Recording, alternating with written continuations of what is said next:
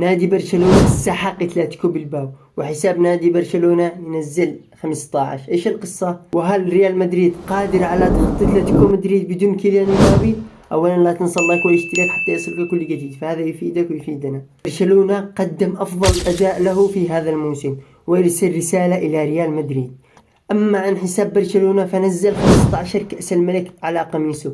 شوفوا فرق مقامات، 15 دوري ابطال اوروبا، 15 كأس الملك.